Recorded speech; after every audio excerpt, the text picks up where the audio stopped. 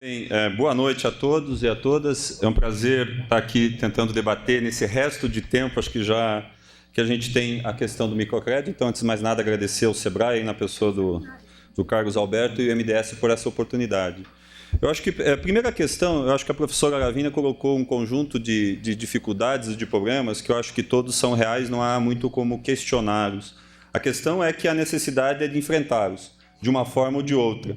Pior do que reconhecer apenas o problema e não buscar iniciativas, né? Eu acho que o governo federal tem buscado nesses últimos anos é tentar avançar num conjunto de políticas. Eu não vi até agora, professor, em nenhum lugar, em nenhuma apresentação do governo, qualquer questão que colocasse a substituição da política de proteção social com formação ou empreendedorismo. Acho que o foco central da ação do governo tem sido muito claro de buscar alternativas para não ficar apenas com a questão da rede social, como tentar buscar alternativas. Elas são muito difíceis, acho que a senhora colocou muito bem, acho que as dificuldades que tem para que a gente avance nesse processo, seja em relação à capacitação, por exemplo, no aspecto rural, não é o tema do debate aqui, mas a primeira ideia, inclusive, que veio para tentar focar na população rural, que é a mais pobre em termos quantitativos no Brasil, foi crédito.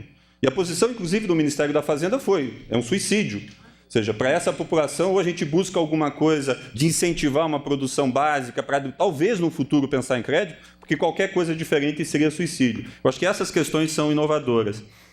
Quando se fala em microcrédito, eu acho que isso é uma outra questão que a gente tem que desmistificar aqui. O programa que foi lançado, o programa Crescer, ele não é um programa formulado à base ou como objetivo de ser o instrumento do Brasil Sem Miséria para fomentar o empreendedorismo. Na prática, ele é um programa geral de apoio e de fomento ao empreendedorismo, que uma pequena parte, eu acho que eu vou tentar focar aqui, talvez o menor dele vai ser, e talvez muito pequeno, vai ser o acesso de crédito direto para a pessoa de extrema miséria. Eu acho que ele pode contribuir, deve contribuir, mas muito mais indiretamente do que uma pessoa que hoje está na extrema miséria vem acessar e, a partir do crédito, vai conseguir sair desta condição. Então, ele é uma parte, ele vai contribuir com o Brasil Sem Miséria, mas não é um programa dentro do Brasil Sem Miséria. Tanto que o foco dele é empreendedores de até R$120 mil de renda anual. Então, em momento algum, ele se propôs a ser isto.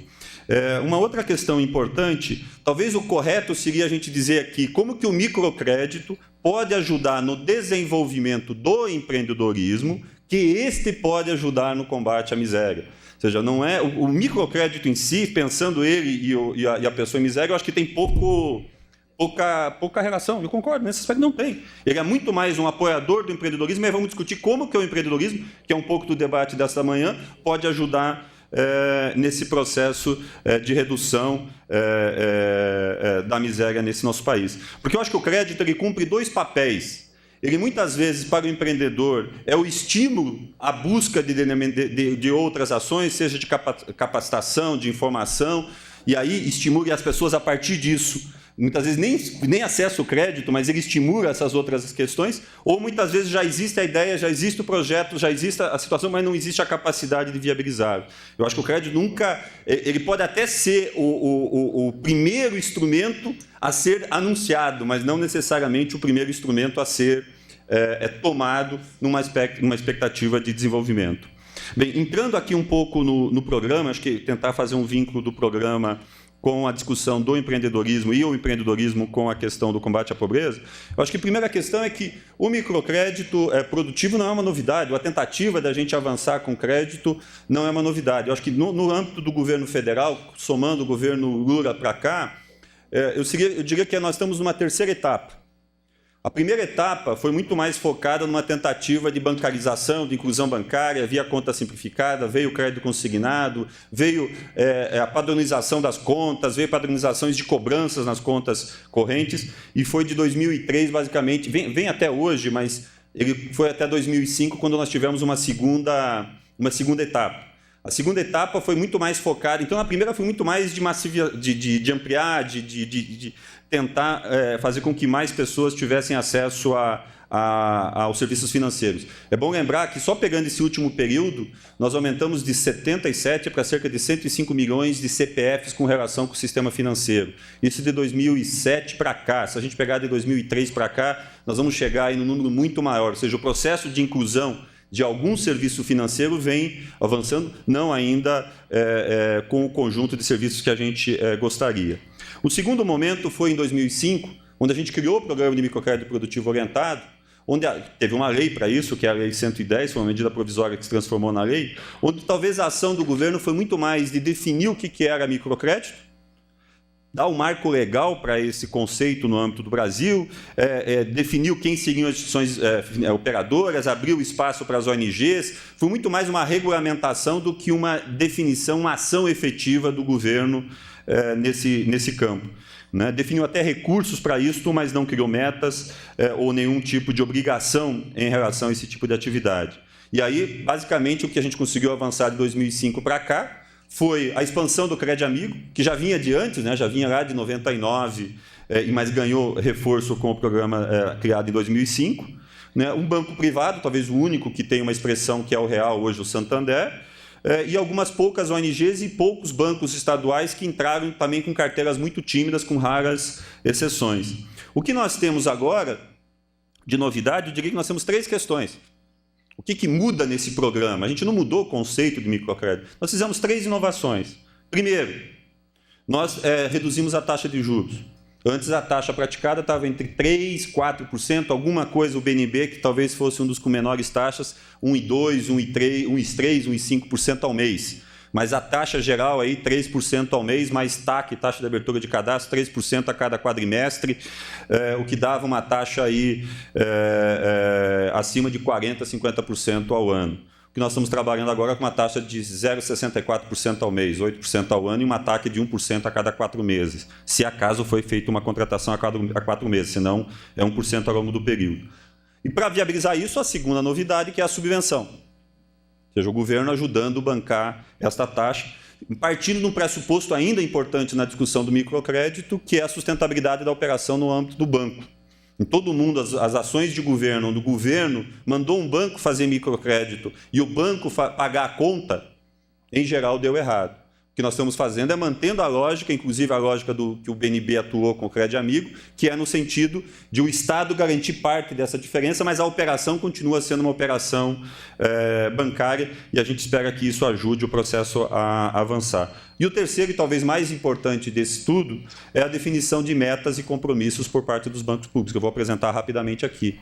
Eu acho que esses 3 elementos que vão fazer uma diferença. E o nosso espelho aqui é o Pronaf.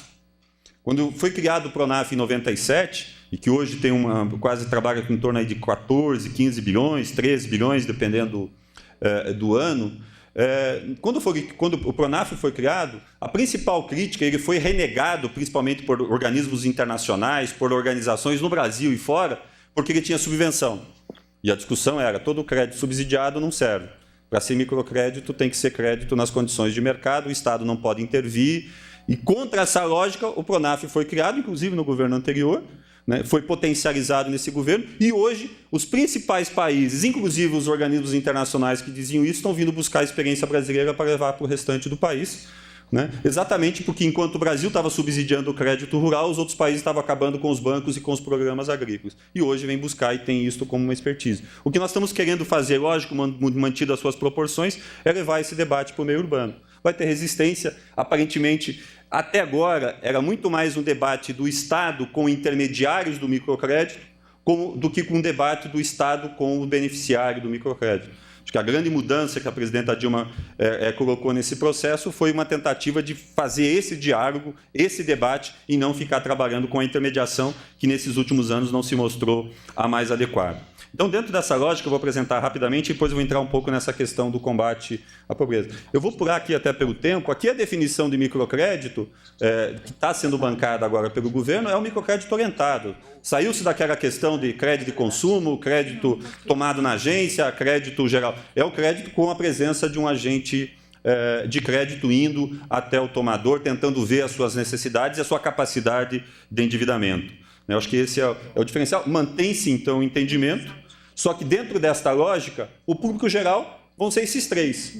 E aqui na linha que a professora coloca, né, ele pega tanto uma microempresa formal, com 120 mil de faturamento, a um empreendedor individual e pessoas informais que são empreendedoras. Só para ter uma noção, para mostrar esse entendimento, professora, o empreendedor individual, no último levantamento que foi feito, quando tinha 1.100.000, 1.200.000, eu não sei exatamente, apenas 10% eram do Bolsa Família.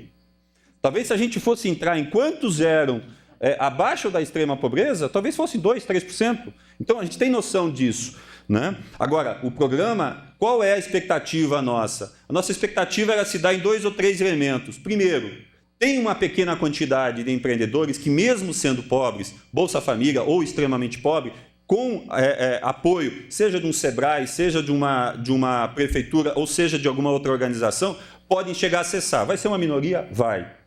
Ponto 2, eu acho que talvez esse seja um dos principais pontos que a gente possa contribuir no debate e fazendo um vínculo com o que a professora coloca.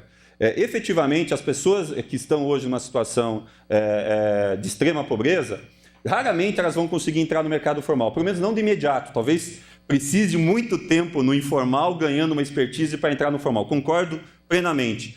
O empreendedor talvez seja uma das alternativas, exatamente por estar localizada onde está a pobreza em geral, regiões metropolitanas e tal, que vai poder ajudar na geração dessas ocupações. Em geral, ocupações informais.